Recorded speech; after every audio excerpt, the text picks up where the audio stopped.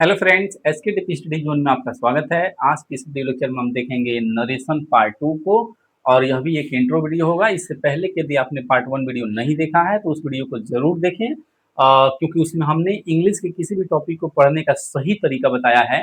और उस सही तरीके में हमने बताया है कि 3 क्वेश्चन किसी भी टॉपिक को पढ़ने से पहले स्वयं से पूछना है। पहला, जैसे कि हम नरेशन पढ़ने जा रहे हैं, तो नरेशन क्या है, व्हाट इज नरेशन। उसके बाद दूसरा क्वेश्चन कि नरेशन क्यों पढ़ें, और तीसरा क्वेश्चन यदि नरेशन नहीं पढ़ते हैं तो इंग्लिश सीखने के दौर में किस तरह की दिक्कत का सामना करना पड़ सकता है। तो ये 3 सवालों के जवाब मैंने पार्ट 1 में दे रखा है। यदि आपने पार्ट 1 को नहीं देखा है तो उसे अवश्य देखें। और नरेशन के लिए मैंने एक अलग ही प्लेलिस्ट बना रखा है, जिस प्लेलिस्ट का नाम है complete narration basic to advance series. ऐसे ही मैंने वॉइस पढ़ाया, उसको भी ऐसे ही पार्ट 1, 2, 3 करके छोटे छोटे पार्ट्स में पढ़ाया। कब खत्म हुआ कब शुरू हुआ पता नहीं चलेगा। और बहुत इंटरेस्टिंग तरीके से मैंने वॉइस को पढ़ाया है। यदि आप उसे देखना चाहते हैं तो आप हमारे प्लेलिस्ट को विजिट करें, और उसके लिए भी एक अलग से प्लेलिस्ट बना हुआ है। तो चलिए इस वीडियो को शुरू करते हैं। और ये पार्ट 2 वीडियो जो नरेशन का है, इसमें हम किसी भी चीज को पढ़ने से पहले उसका एक न्यू तैयार करना होता है। तो यहाँ पर ये जो इंट्रो वीडियो पार्ट 2 है, इसमें वॉइस का कंप्लीट न्यू तैयार हो जाएगा। उसके बाद आप डायरेक्ट से इनडायरेक्ट कैसे बनाते हैं उस चीज के पढ़ने के लायक आप हो जाएंगे। तो चलिए शुरू करते हैं। तो देखिए यहाँ पर पहले वाले में नरेशन क्या है, जो पहला क्वेश्चन है वो हमने बताया है, तो उस वीडियो को आप जरूर देखें। मैं फिर से बता देता हूँ कि नरेशन किसे कहते हैं। तो हमने बता रखा है कि बातचीत को नरेशन कहते हैं। सिंपल सी परिभाषा हमने बताया कि कन्वर्सेशन इज कॉल्ड नरेशन। हमने आपसे कुछ कहा, आपने जाकर के वो बात किसी और से कहा, इसी चीज को नरेशन कहते हैं। चलिए देखिए यहाँ पे अगला है हेडिंग, ये काइंड्स ऑफ नरेशन। नरेशन कितने प्रकार के होते हैं। यहाँ पे देखिए लिखा हुआ है कि there are 2 types of narration. यानी नरेशन 2 प्रकार के हो सकते हैं, डायरेक्ट नरेशन और इनडायरेक्ट नरेशन। डायरेक्ट स्पीच भी बोलते हैं लोग, इनडायरेक्ट स्पीच भी बोलते हैं। तो यहाँ पर देखिए प्रत्यक्ष कथन, अप्रत्यक्ष कथन। यहाँ पर इसे हम कोड यदि बनाए तो इसको डीएस कह सकते हैं, या फिर डीएन कह सकते हैं, आईडीएस कह सकते हैं, आईडीएम कह सकते हैं। यहाँ पे देखिए डायरेक्ट नरेशन की परिभाषा लिखी हुई है, कह रहा है कि इन दिस केस, यानी इस केस में we express the exact words of the speaker. यानी कि इस केस में जो वक्ता होता है, यहाँ पे स्पीकर का मतलब क्या होता है, वक्ता जो बोलता है। तो कह रहे कि स्पीकर का एग्जैक्ट वर्ड को हम लोग क्या करते हैं, एक्सप्रेस करते हैं। मतलब वो जो कहा है सेम वही बात हम लोग लिखते या बोलते हैं, अपने तरफ से कोई परिवर्तन नहीं करते हैं। देखिए यहाँ पे लिखा भी हुआ है हिंदी में, कह रहा है कि जब वक्ता के द्वारा कही गई कथन को ज्यों का त्यों रहने देते हैं तो उसे डायरेक्ट नरेशन कहते हैं। अर्थात देखिए यहाँ पे कह रहा है कि हरी साइड टू मी, हरी ने मुझसे कहा, क्या कहा जी, कह रहा है कि I am going to school, मैं विद्यालय जा रहा हूँ। तो यहाँ पर आई माने कौन, हरी। तो यहाँ पे हरी की बात को एज इट इज लिखा गया है, अपने शब्दों में नहीं कहा गया है। यदि अपने शब्दों में कहा गया होता ना, तो इसको ऐसे कहा गया होता कि Hari said me, sorry Hari told me that. English में यदि आपको बताऊं तो हरी टोल्ड मी दैट ऐसे कहना पड़ता कि हरी ने मुझसे कहा, यहाँ पे कंजंक्शन लगाते दैट की, और यहाँ पे आई के जगह पे फिर हम ही लिखते कि वह विद्यालय जा रहा था। ठीक है ना। तो इसको हमने उसी के शब्दों में एज इट इज लिखा है, तो इसलिए इसको कहते हैं डायरेक्ट नरेशन। तो देखिए यहाँ पे लिखा हुआ है डायरेक्ट नरेशन। और यहाँ पर अभी हम नेक्स्ट स्लाइड में देखेंगे कि डायरेक्ट नरेशन के 2 भाग होते हैं। वही बात यहाँ पे लिखा हुआ है, इसके 2 हिस्से हैं ना। तो एक हिस्से को रिपोर्टिंग वर्ब, एक हिस्से को रिपोर्टेड स्पीच बोलते हैं। इसकी परिभाषा क्या हो सकती है भी आगे बताया जाएगा। फिलहाल ये समझ लीजिए कि जो कामा इन्वर्टेड कामा के बाहर होता है उसे हम लोग रिपोर्टिंग वर्ब कहते हैं, इसकी परिभाषा भी यही है। और जो कामा इन्वर्टेड कामा के अंदर होता है उसे हम लोग रिपोर्टेड स्पीच कहते हैं। और यहाँ पे एक चीज देखिए कि जब हम डीएस लिखते हैं, ये टोटल क्या है जी, डायरेक्ट नरेशन। ये टोटल वाक्य को क्या बोलते हैं, कंप्लीट वाक्य को डायरेक्ट नरेशन। यहाँ पे देखिए डायरेक्ट नरेशन के कुछ महत्वपूर्ण बिंदु हैं। जब हम डीएस लिखते हैं तो 3 पॉइंट, मेजर पॉइंट का ध्यान में रखते हुए हम लोग डीएस को लिखते हैं। तो पहला देखिए डायरेक्ट नरेशन में वक्ता के द्वारा कही गई कथन को इन्वर्टेड कामा, देखिए यहाँ पे बनाया गया है, इन्वर्टेड कामा में रखा जाता है। यहाँ पे देखिए कह रहे हैं कि डीएस में वक्ता के द्वारा कही गई कथन को, यहाँ पे देखिए वक्ता यहाँ पे कौन सा है, हरी, हरी तो कह रहा है ना। तो कह रहा है इसके द्वारा कही गई जो कथन, यहाँ पे देखिए हरी साइड में, हरी ने मुझसे कहा, क्या कहा, तो ये स्टेटमेंट उसने दिया। तो इस स्टेटमेंट को हमने किस में रखा है जी, कामा इन्वर्टेड कामा में, मतलब इन्वर्टेड कामा में रखा है। यहाँ पे देखिए दूसरा नोट क्या कह रहा है कि इन्वर्टेड कामा के अंदर के भाग का प्रथम अक्षर का पहला सॉरी प्रथम शब्द का पहला अक्षर हमेशा कैपिटल लेटर में होता है। आप नहीं समझिए तो ऐसे समझिए कि यहाँ पे बोल रहा है कि इन्वर्टेड कामा के अंदर, तो इन्वर्टेड कामा के अंदर क्या है, यही ना लिखा है जो स्टेटमेंट हरी ने दे रखा है। तो कह रहा है कि इसका जो पहला शब्द का पहला लेटर था, पहला शब्द आई था, तो यहाँ पे आई था तो वो कैपिटल में है, कोई और भी शब्द होता मोर देन 1 लेटर का तो उसका भी पहला लेटर क्या होता कैपिटल।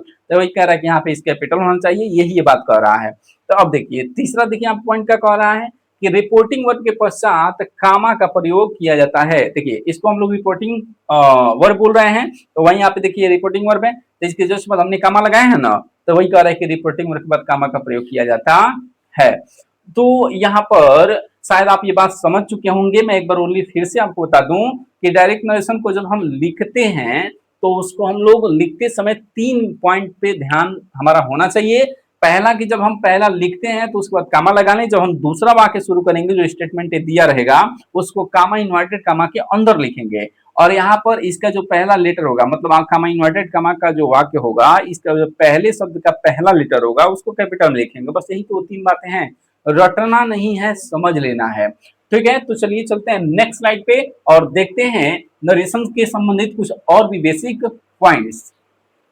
यहाँ पे लिखा हुआ है काइंड्स ऑफ डीएस। डीएस का मतलब क्या है फ्रेंड्स, डायरेक्ट स्पीच, ठीक है, या डायरेक्ट नरेशन भी जिसे कहते हैं। मतलब डायरेक्ट नरेशन को 2 भाग में बांटा गया है। यहाँ पे लिख रहा है there are 2 type of DS मतलब डायरेक्ट स्पीच। यहाँ पे देखिए रिपोर्टिंग वर्ब जो पिछली स्लाइड में मैंने बताया था, यहाँ पे रिपोर्टेड स्पीच, इसको यहाँ अच्छे से देख लीजिए। इसको हिंदी में कहते हैं सूचना प्रद क्रिया, इसे हिंदी में कहते हैं परोक्ष वचन।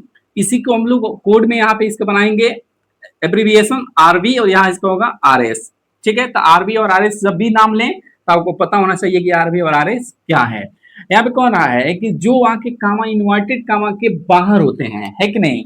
कामा इन्वर्टेड कामा मतलब कि ये कामा हो गया और ये कामा इन्वर्टेड कामा मतलब कि ऐसे, है कि नहीं। तो कह रहा है कि जो वाक्य कामा इन्वर्टेड कामा के बाहर होते हैं, ठीक है, उसे हम लोग आरबी कहते हैं, मतलब उसे हम लोग रिपोर्टिंग वर्ब कहते हैं, रिपोर्टिंग वर्ब कहते हैं। इसमें देखिए तथा लिखा हुआ है कि तथा जो वाक्य कामा इन्वर्टेड कामा के अंदर होता है उसे हम लोग आरएस कहते हैं। इस बात को इस एग्जांपल समझिए, एग्जांपल पिछली स्लाइड में भी था। यहाँ पे देखिए आरबी क्या कह रहा है कि जो वाक्य कामा इन्वर्टेड कामा के बाहर, अब देखिए ये इन्वर्टेड कामा इधर से इधर लगा हुआ, ये इसको घेरे हुए है ना, तो एक कामा हो गया, ये इन्वर्टेड कामा हो गया। तो आप कहेंगे इस कामा, ये कामा तो इसके लिए लगा है ना, वो लेकिन इसको कोई घेरा नहीं है, अपने आप में आजाद दिख रहा है, तो इसको हम लोग क्या बोलते हैं आरवी, इसी को बोलते हैं आरवी, रिपोर्टिंग वर्ब। यानी कि जो कामा इन्वर्टेड कामा के बाहर होता है उसे रिपोर्टिंग वर्ब कहते हैं, और जो कामा इन्वर्टेड कामा के अंदर है ना, इन्वर्टेड कामा के अंदर होता है उसे हम लोग बोलते हैं रिपोर्टेड स्पीच। तो इसमें कुछ है ही नहीं, इस पूरे को बोलते हैं डीएस, हमने पहले समझाया है क्योंकि उसको एग्जैक्ट उसी के शब्दों में लिखा गया है। हरि ने क्या कहा कि मैं विद्यालय जा रहा हूं, तो ये मैं कौन है, हरि है। यहाँ हरि के शब्दों में इसको लिखा गया है, जब इसको चेंज किया जाएगा ना तो फिर वो इनडायरेक्ट नरेशन होगा, जो कि यहाँ नीचे लिखा हुआ है देखिए। तो इस तरीके से डायरेक्ट नरेशन की जो भी कुछ पॉइंट्स है कि डायरेक्ट नरेशन कुछ महत्वपूर्ण बिंदु प्लस डायरेक्ट नरेशन के कौन कौन से भाग होते हैं वो हमने यहाँ बताया। अब यहाँ पे देख लेते हैं दूसरा नंबर, इनडायरेक्ट नरेशन क्या होता है।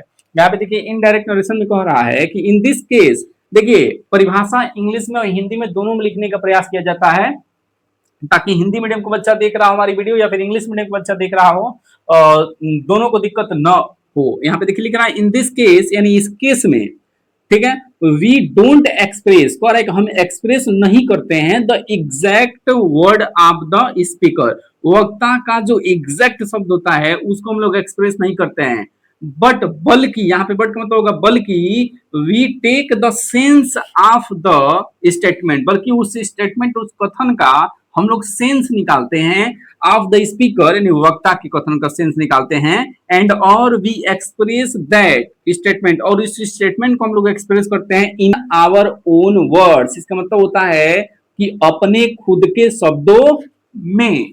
इस बात को यदि आप नहीं समझे तो यहाँ पे हिंदी में एक लाइन में समझ लीजिए। कह रहा है कि जब वक्ता के द्वारा कहे गए शब्दों को अपने शब्दों में कहा जाता है तो उसे आईडीएस अर्थात इनडायरेक्ट नरेशन या स्पीच कहते हैं।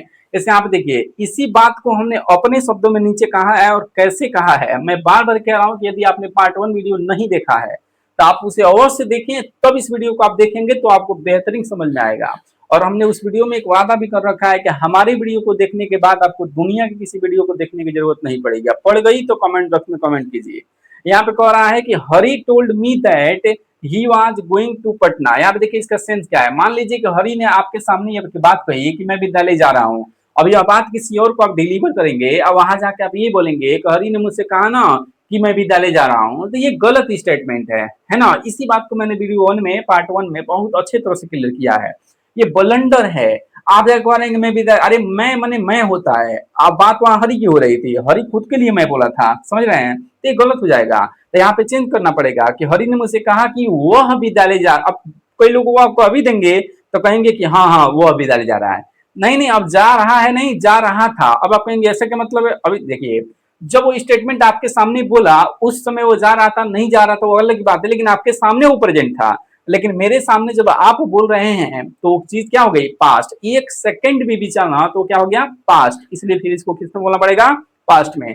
देखिए इसको अपने शब्दों में जब हमने कहा तो यहाँ पे आई को ही बोला कि नहीं बोला, टेंस को बदला कि नहीं बोला, कंजंक्शन लगाया कि नहीं लगाया, यहाँ पे साइड को टोल किया कि नहीं किया। तो ये जो परिवर्तन करके और इसे अपने शब्दों में कहने का प्रयास किया बेटा, इसी वाक्य को हम लोग कहते हैं आइडियल। सिंपल सी एक चीज समझिए, डीएस के अंदर कामा इन्वर्टेड कामा का दिखना एकदम 100% तय है, जबकि आईडीएस के अंदर कोई भी कामा इन्वर्टेड कामा का प्रयोग नहीं होता है। हाँ ये कई बार डबल क्लाउज ट्रिपल क्लाउज में आता है तो उसमें कामा कहीं कहीं लग सकता है, लेकिन इन्वर्टेड कामा कहीं नहीं दिखेगा, है ना, क्योंकि इसी को हटा करके आप एक कंजंक्शन का प्रयोग किया जाता है। ये सारी बातें कैसे होती हैं ये हम जब डायरेक्ट से इनडायरेक्ट बनाना बताएंगे तो उसको वहां पर ये सारी चीजें आपको क्लियर हो जाएगी। तो अभी ये कैसे बना इसके चक्कर में आपको नहीं पड़ना है।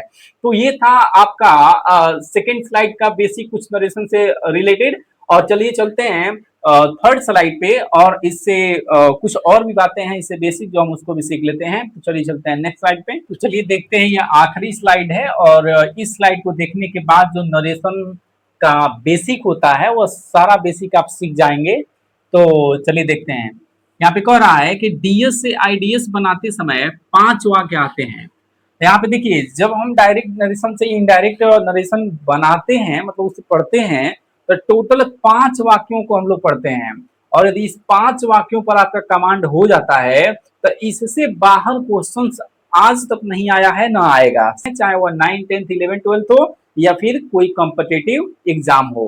तो एक एक करके इसी 5 वाक्यों को हम लोग डायरेक्ट से इनडायरेक्ट कैसे बनाया जाता है, इनमें क्या रूल होता है, किसमें कौन कौन सी बातों को ध्यान रखना पड़ता है, इन सारी बातों को हम लोग नेक्स्ट वीडियो जब आएगा पार्ट 3 तो उसमें हम असर्टिव सेंटेंस शुरू करेंगे।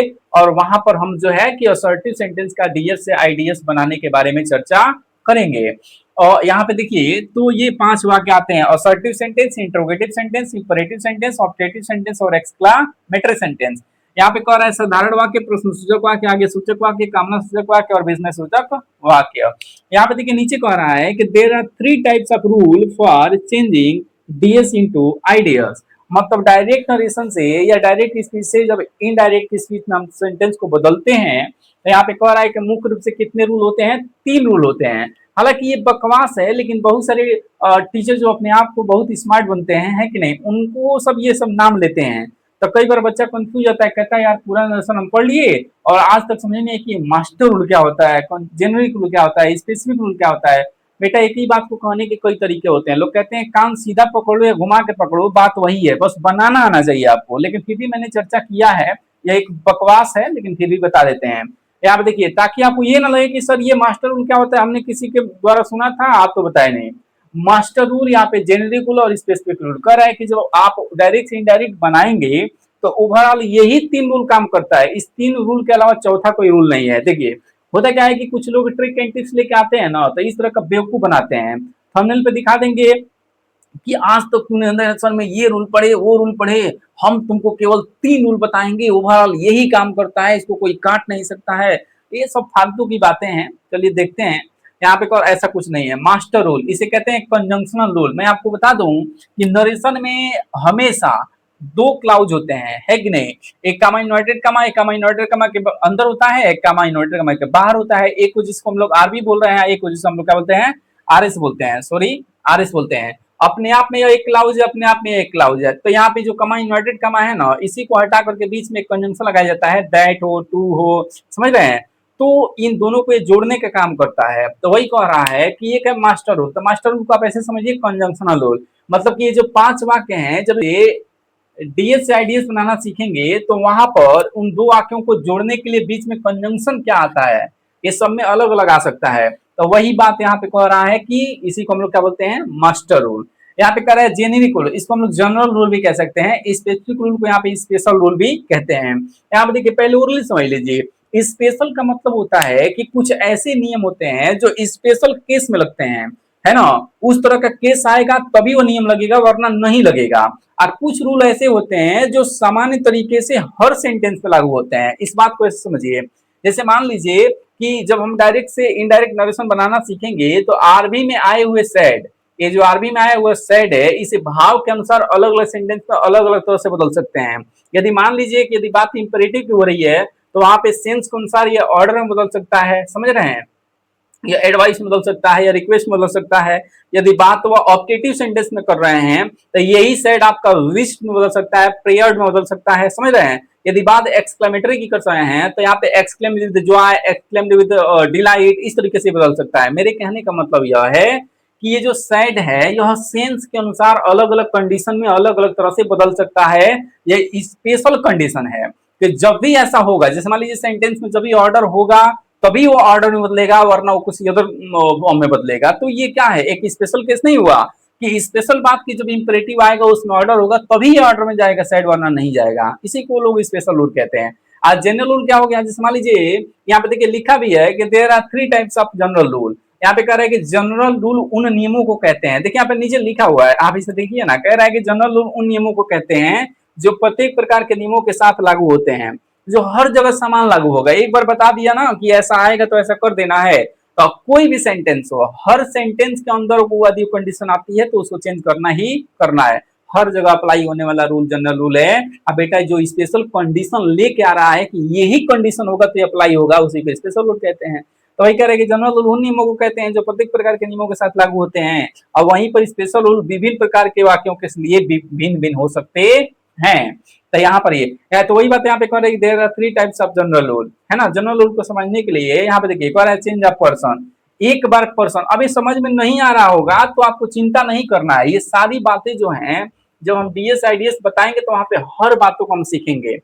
देखिए चेंज ऑफ पर्सन, पर्सन आपने पढ़ा है first person, second person, third person, तो वहां पे बताया जाता है कि जो फर्स्ट पर्सन होता है आई और वी, वह आरबी के सब्जेक्ट के अकॉर्डिंग बदल जाता है ना।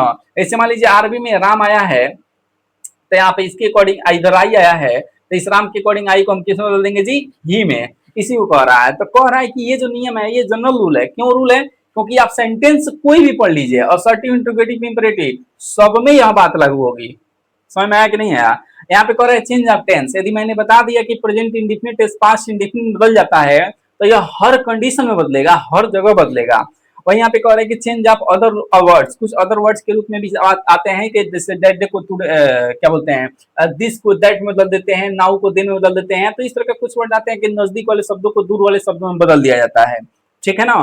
तो यह बात हम पढ़ाएंगे तो आपको क्लियर होगा, तो वहां पर भी ये नियम सब में लागू होता है, ठीक है। तो इसलिए इसको क्या बोलते हैं, जनरल रूल। तो वही कह रहे हैं कि जनरल रूल को मुख्यतः 3 पार्ट में बांट सकते हैं। आई होप यह स्लाइड भी आपको अच्छे समझ में आया होगा, और कुछ भी समझ में नहीं आया है तो बस 2-3 बातें आप याद रखिए कि नरेशन किसे कहते हैं और ये कितने प्रकार का होता है, डायरेक्ट नरेशन, इनडायरेक्ट क्या होता है, और आरबी और आरएस क्या होता है। यदि इतना आप समझते हैं तो फिर आप डायरेक्ट से इनडायरेक्ट, जब हम एक एक करके, मेन फंडा है कि असर्टिव पढ़ाएंगे, फिर इंट्रोगेटिव पढ़ाएंगे, फिर इंपेरेटिव, फिर ऑप्टेटिव, फिर एक्सक्लेमेटरी। और मैंने कहा था कि मैं वादा करता हूं कि इतना अच्छे तरीके से बताएंगे कि आपको दोबारा कहीं भटकने की जरूरत नहीं पड़ेगी। तो चलिए मिलते हैं नेक्स्ट वीडियो में। Thank you for watching this video, और उसमें हम असर्टिव सेंटेंस, पहला सेंटेंस पढ़ने की कोशिश करेंगे और जानेंगे कि उसका डीएस से आईडीएस कैसे बना सकते हैं। तो चलिए मिलते हैं नेक्स्ट वीडियो में। जय हिंद, जय भारत।